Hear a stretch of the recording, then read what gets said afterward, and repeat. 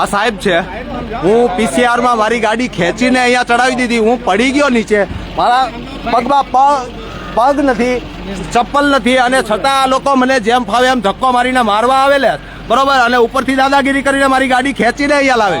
છેક હીરાવાગથી હું રાડો નાખું છું માણસાઈની રીતે કે સાહેબ ઊભી રાખો, મારી ગાડી છે, છતાં ઊભા નહીં રહ્યા, ને મને કેમ ઓલો કૂતરો ભસતો હોય એવી રીતે ત્યાંથી ઢસડીને લાવ્યા છે, અને મારી ગાડી છે ને કેમ ચોર લઈ ગયા હોય ઉચકીને એવી રીતે લઈ આવ્યા છે. ગાડી પાર્કિંગમાં પડેલી હતી, ત્યાંના CCTV ફૂટેજ બી છે. ખોડિયાર મિશનરીમાં મારી ગાડી પડેલી હતી. ભાઈ એક મિનિટ, ના સાહેબ ને કરવું છે ને, મારી ગાડી હું ત્યાંથી ઢસડાવું છું, કેવી રાડો નાખી છે અને મને ધક્કો મારે છે, બરોબર. હું નામ સાહેબ તમારું? Head constable Pankaj Mansingh. દાદાગીરી થી અરે છે તો નહીં નેમ પ્લેટ તો નથી. નેમ પ્લેટ ક્યાં? નામ બોલું છું. અરે નેમ પ્લેટ ક્યાં? નેમ પ્લેટ ક્યાં? નેમ પ્લેટ ક્યાં? નેમ પ્લેટ નથી સાહેબ પાસે, અને વગર કારણના મને ધક્કો મારીને મારી ગાડી હીરાબાગ થી ખેંચીને લાવેલા. અરે મારો વિડીયો છે તો હું વિડીયો વાળો જ છું, ચિંતા નહીં કરો ને. તમને આ મારો વિડીયો મારી ગાડી તમને ક્યાં લાવશે સાહેબ? તમે સાહેબ છો તો અમે હું મુફલીસ છીએ. ફોટો પાડ ભાઈ, દાદાગીરી થી નહીં બોલો, દાદાગીરી થી નહીં બોલો. તોમતદાર નથી, ઓય ગુનેગાર નથી. હા હેલો ગુનેગાર, સાચું બોલવા વાળો ગુનેગાર લાગે તને? હે ફાંસી આપી દે. હે મારપીટ તું કરે, તારા રાખેલા મારપીટ કરે, અને તું કરે. પબ્લિક છે ને, પબ્લિક ની રીતે વાત કર. ભાઈ પ્લીઝ બે હાથ જોડું છું, હું સમજે છે. હું પ્લીઝ ભાઈ, મારો ભાઈ અમારો વાત સાંભળો પ્લીઝ. મારો ભાઈ બે ખાલી બે નહીં, મારી ગાડી હું કૂતરાની જેમ બોલું છું, મને ઢસડીને લાવ્યો, અને ઉપરથી એના ઓલા છે એ જે 300 વાળા છે મને ધક્કો મારે. ભાઈ પ્લીઝ 2 મિનિટ ભાઈ બે મારા સમજે, એક શબ્દ ના બોલતા ભાઈ મારા સમજે, ભાઈ મારા સમજે, તમે 2 મિનિટ ખાલી પ્લીઝ. આ સાહેબ છે એની દાદાગીરી અને એના જે સાથીદારો રાખેલા છે ને, એ જેમ લુખ્ખા તત્વો હોય ને એવી રીતે પબ્લિક સાથે બોલે છે.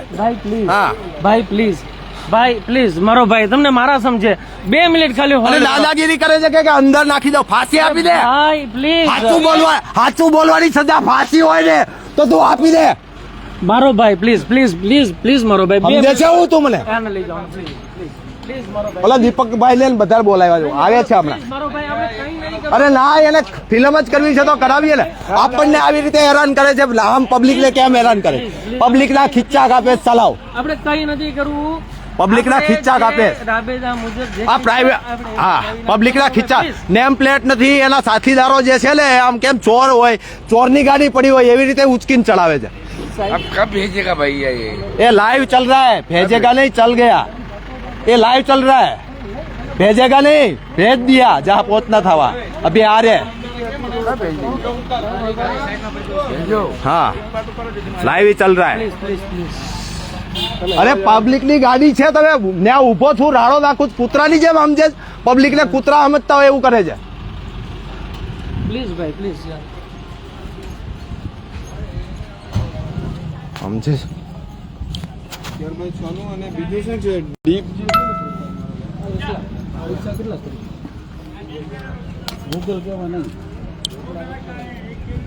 સાહેબ અમારી ગાડી ઉચકીને લાવેલા છે, એનું કોને કહેવાનું? હા કૂતરાની જેમ રાડો નાખું છું સાહેબ, પણ હું સાહેબ હીરાબાગ થી રાડો નાખું છું, હું એમને નથી બોલતો. મને ધક્કો મારીને પાડી દીધો તો બી ગાડી એમને વાહન ચલાવ્યા જ કરવાની. અરે મોટા સાહેબ શાંતિથી જ વાત કરું છું. મારી આ જે અંદરની વેદના છે ને એ બોલું છું. આ જો પાણી નહીં, હું 6 મહિનાથી બીમાર છું, હું પડી ગયો ને તો બી મને કૂતરો સમજીને એમને જવા દીધો. મને ધક્કો માર્યો છે અહીંયા. પણ સાહેબ હું એને રિક્વેસ્ટ કરવા માટે ઉભી રાખું છું તો બી નથી ઉભા રહેતા. હોલ્ડ કરીએ ભાઈ સાહેબ. ઓકે હોલ્ડ કરીએ. પબ્લિક ને કૂતરા સમજે છે આ લોકો, હાવ નવરા.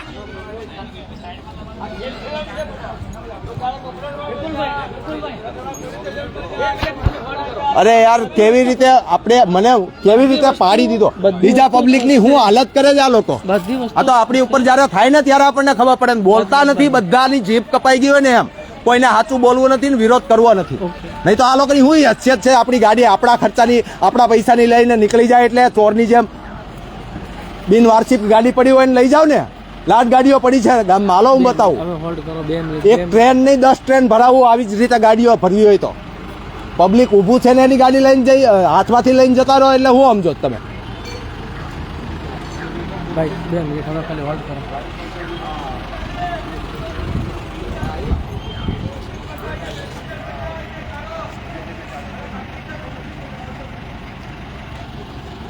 GJ05CU 9832 નંબરની ગાડી છે અને મારી ગાડી સાહેબ એવી રીતે ખેંચીને આવ્યા છે જેમ ઓલા ચોર પાસેથી ખેંચીને આવે ને, ચોર પાસેથી તો ખેંચવાની આ લોકોની હેસિયત નથી ને, આ તો મિલીભગત હોય છે બરોબર. અને આવી રીતે આમ પબ્લિકને હેરાન કરે છે. અહીંયા તોડ પાડી સિવાય આ ગાડીઓના કશું જ કોઈ કયો ક્રિમિનલ આ ગાડીઓ ચલાવે છે? આ આમ જનતા આમ પબ્લિક ચલાવે છે અને આમ પબ્લિક અને આમ જનતાના જ ખીચા કાપવામાં આવે છે. એના જ ટેક્સમાંથી આ લોકોના ઘર ભથ્થા ચલાવવામાં આવે છે અને ઉપરથી પબ્લિકના ખીચા કાપવામાં આવે છે. તમારે કંઈ પણ જોતું હોય તો ઇન્ક્વાયરી તો કરો. માલિક ત્યાં ઊભો છે ગાડીનો, બિનવારસી છે. આ કઈ રીતનો આ લોકોનો કાયદો છે કે કોઈ કહેવા વાળું જ નથી? ખીચા કાપો, ખીચા કાપો સરકાર.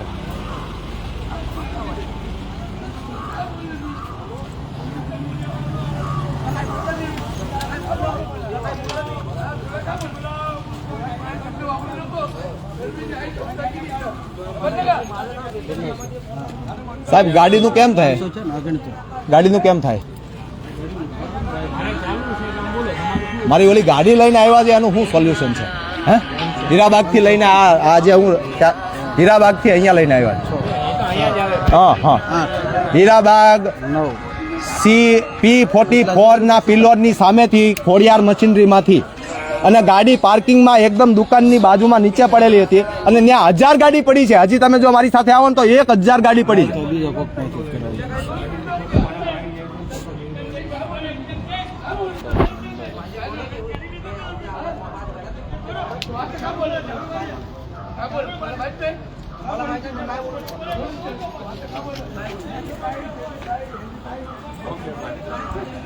ચલો પબ્લિકને બધી રીતે મરો છે.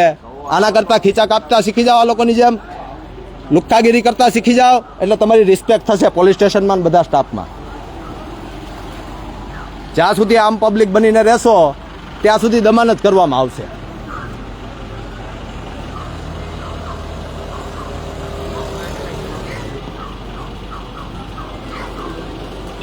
જ્યાં સુધી આમ પબ્લિકમાં રહેશો ત્યાં સુધી દમન જ કરવામાં આવશે. હા, જેમ ક્રિમિનલ હોય, ક્રિમિનલ પાસેથી તો લેવાની તેવડ નથી એટલે આમ પબ્લિકના ખીચા કાપે છે. ક્રિમિનલ સાહેબ સુમડીમાં આવે છે. આવો ભાઈ.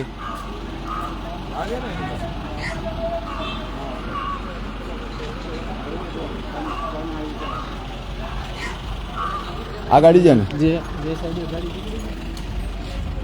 આ ગાડી છે એકદમ સેફ પાર્કિંગમાં હું લઈને ઉભેલો, મને ધક્કો મારીને આ ગાડી લઈને આવેલા છે આ લોકો.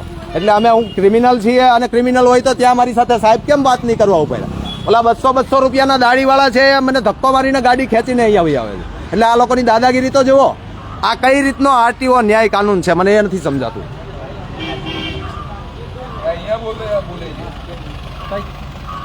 ક્રિમિનલ છે અને વધારે થાય ભલે ફાંસી આપી દે.